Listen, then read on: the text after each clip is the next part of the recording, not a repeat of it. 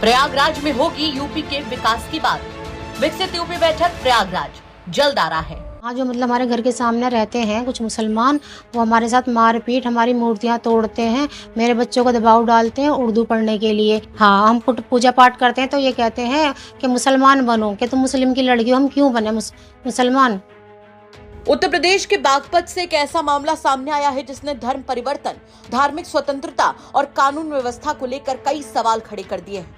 एक महिला का दावा है कि उसने अपनी इच्छा से इस्लाम छोड़कर हिंदू धर्म अपनाया और अब उसी फैसले की वजह से उसे और उसके परिवार को लगातार परेशान किया जा रहा है।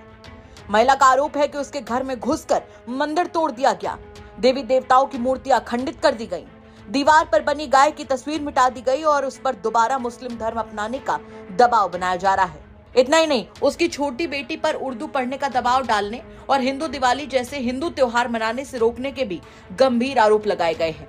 अब पीड़िता ने मुख्यमंत्री योगी आदित्यनाथ से सुरक्षा और न्याय की गुहार लगाई है। हालांकि पुलिस का कहना है कि शुरुआती जांच में पड़ोसी के साथ पालतू बिल्ली को लेकर विवाद की बात सामने आई है और लगाए गए सभी आरोपों की निष्पक्ष जांच की जा रही है।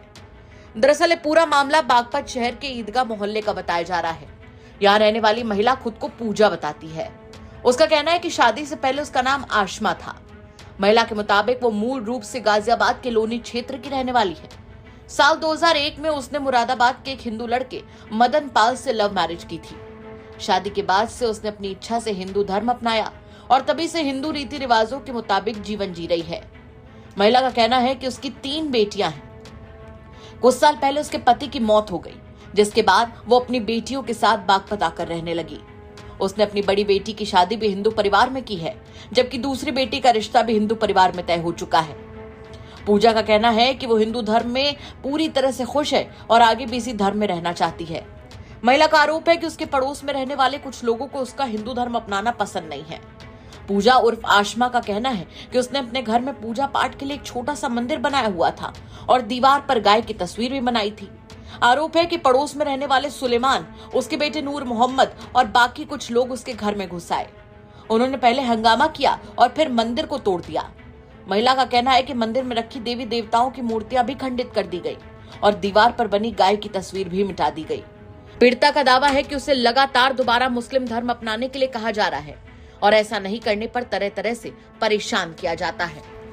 मतलब मेरी शादी पसंद से हुई थी मुरादाबाद, तो वहाँ जाकर मैंने अपना धर्म बदला, फिर वहाँ मेरी शादी हो गई। पहले आप मुस्लिम थे? जी, पहले मैं मुस्लिम थी। अब क्या समस्या है? अब समस्या ये है, मेरी 3 लड़कियां हैं, हम लोग इसके पापा के मरने के बाद यहाँ आके शिफ्ट हुए। तो यहाँ जो मतलब हमारे घर के सामने रहते हैं कुछ मुसलमान, वो हमारे साथ मारपीट, हमारी मूर्तियां तोड़ते हैं, मेरे बच्चों को दबाव डालते हैं उर्दू पढ़ने के लिए। मैं लड़की की पढ़ाई भी छुड़वा दी, जमुना स्कूल में पढ़ती थी वो, क्या नाम, कोर्स भी ले लिया, फीस भी जमा करा दी थी, लेकिन ये लोग इतना टॉर्चर करते हैं कि मैंने पढ़ाई बीच में रोक दी। क्या कहते हैं, कौन है? ये कहते मुफ्ती हैं, मुफ्ती साहब हैं, एक उनके बाप हैं, वो मुफ्ती कहीं बिलाल के मदरसे की तरफ, हमें तो पता नहीं किधर रहते हैं, और वो चाहते हैं कि मुसलमान बने लड़कियां, दीन अपनाए। हम क्यों अपनाए जब हम हिंदू हैं तो? और हमें कोई सपोर्ट यहाँ करता नहीं है, सारे मुसलमान एक हो जाते हैं। ये हमारे घर में मूर्ति बनी थी मतलब गाय माता की, वो भी मिटा दी इन लोगों ने, मंदिर भी तोड़ दिया हमारा। हम इतने डरे हुए हैं कि हम कुछ कर ही नहीं पाते, अकेले हैं यहाँ पे। मंदिर कैसा बना था? क्यों, कौन सा मंदिर तोड़ा? मतलब शेरों वाली माँ की मूर्ति थी और शंकर जी की मूर्ति थी, गणेश जी की थी, वो आके पटक दी, मारपीट करी, पथराव भी हुआ हमारा। पूजा पाठ करते हैं? हाँ, हम पूजा पाठ करते हैं तो ये कहते हैं कि मुसलमान बनो, कि तुम मुस्लिम की लड़की हो, हम क्यों बने मुसलमान। अभी आपने पुलिस से शिकायत की? हमने पुलिस से शिकायत की तो हमारी वहाँ कुछ वीडियो भी डिलीट की गई और उल्टा हमें ये कह रहे क्या नाम, कुछ नहीं होएगा तुम्हारा, जाओ यहाँ से, कुछ नहीं होएगा। और उल्टा ये लोग कहने लगे, हम इतने 100-150 मुसलमान जुमे के टाइम हम वहाँ जाते कप्तान साहब के पास, तो मैंने कहा ठीक है तुम चले जाओ, जो तुम्हें करना कर सकते हो। तो दबाव भी बनाया जा रहा है? दबाव बनाया जा रहा खूब, के समझौता हो जाए, और पता नहीं क्या क्या ला के दिए जा रहे, इस पे साइन कर दो, उस पे साइन कर दो। अब हम चाहते हैं हक हमारे वो होए, हमारी सपोर्ट होए। हिंदू ही बनेगा? हम हिंदू ही हैं, हम हिंदू में खुश हैं। बड़ी लड़की की शादी मैंने बिजनौर में करी, छोटी का रिश्ता लगा रखा है मुरादाबाद, दिवाली बाद उसकी शादी है। त्योहार जैसे बनाते हैं? त्योहार है क्या, होली बनाते हैं तो हमें यही गाली बकते हैं, दिवाली पे पटाखे फोड़ते हैं तो बच्चों को गंदी गंदी गाली बकते हैं कि हिंदू गर्दी यहाँ नहीं चलेगी। पूजा का आरोप यही खत्म नहीं होता। उसका कहना है कि उसके परिवार को हिंदू त्योहार मनाने तक से रोका जाता है। होली और दिवाली जैसे पर्व मनाने पर आपत्ति जताई जाती है। इतना ही नहीं, उसकी सबसे छोटी बेटी पर उर्दू पढ़ने का दबाव बनाया गया, जिसकी वजह से उसकी पढ़ाई भी प्रभावित हुई। महिला का कहना है कि उसकी बेटी मानसिक रूप से भी इस पूरे विवाद से परेशान है। उसने आरोप लगाया कि पड़ोस के कुछ लोग लगातार उनके घर के बाहर आकर दबाव बनाते हैं और माहौल खराब करते हैं। वहीं महिला की शिकायत मिलने के बाद पुलिस ने मामला दर्ज कर लिया है। पीड़िता का आरोप है कि अब उस पर समझौते का दबाव भी बनाया जा रहा है, लेकिन उसका साफ कहना है कि वो किसी भी दबाव में अपना धर्म नहीं बदलेगी। उसने मुख्यमंत्री योगी आदित्यनाथ से सुरक्षा की मांग करते हुए कहा कि उसने अपनी इच्छा से हिंदू धर्म अपनाया था और वो इसी धर्म में रहकर अपनी बेटियों का पालन पोषण करना चाहती है। वहीं इस पूरे मामले में जब यूपी तक ने बागपत के क्षेत्राधिकारी यानी सीओ से फोन पर बात की तो उन्होंने बताया कि शुरुआती जानकारी के मुताबिक पड़ोसियों के बीच पालतू बिल्ली को लेकर विवाद की बात सामने आई है। उन्होंने कहा कि महिला ने जो भी आरोप लगाए हैं उनकी निष्पक्ष जांच की जाएगी। जांच के आधार पर जो भी तथ्य सामने आएंगे उसी आधार पर आगे की कार्रवाई होगी।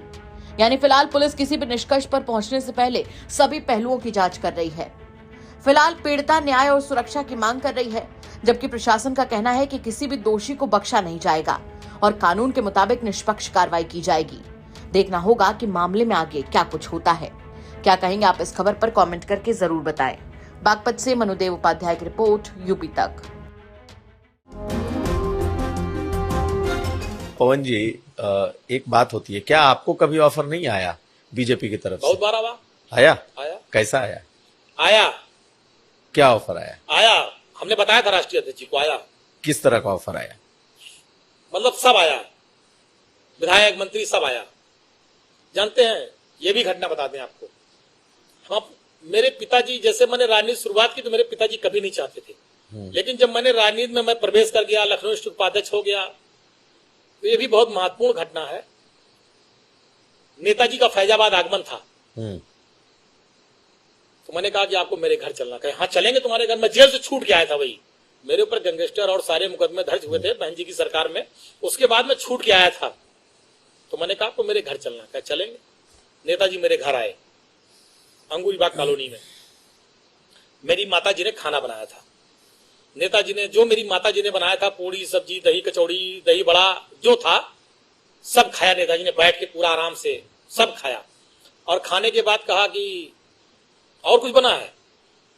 तो हमने मम्मी बुलाया अपनी माता जी को, तो उन्होंने पूछा क्या नाम है आपका? कहने मेरा नाम गीता। कहने बताइए कुछ और बना है? कहने जो बना था सब खिला दिया।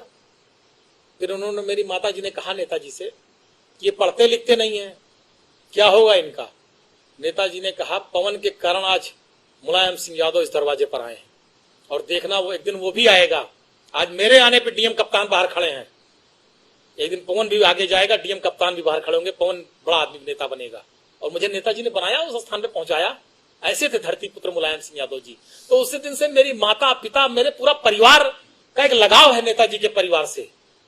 जब ये सब बातें आई कुछ लोगों ने कि भाजपा ये सब, तो मेरे पिताजी ने तुरंत मुझको फोन किया, कहा जीवन में भूल न करना, जीवन में गलती न करना। ये चीजें मेरे पिताजी ने बहुत सख्ती से मुझसे बात कही थी। मैं बहुत ईमानदारी से आपसे कह रहा हूं,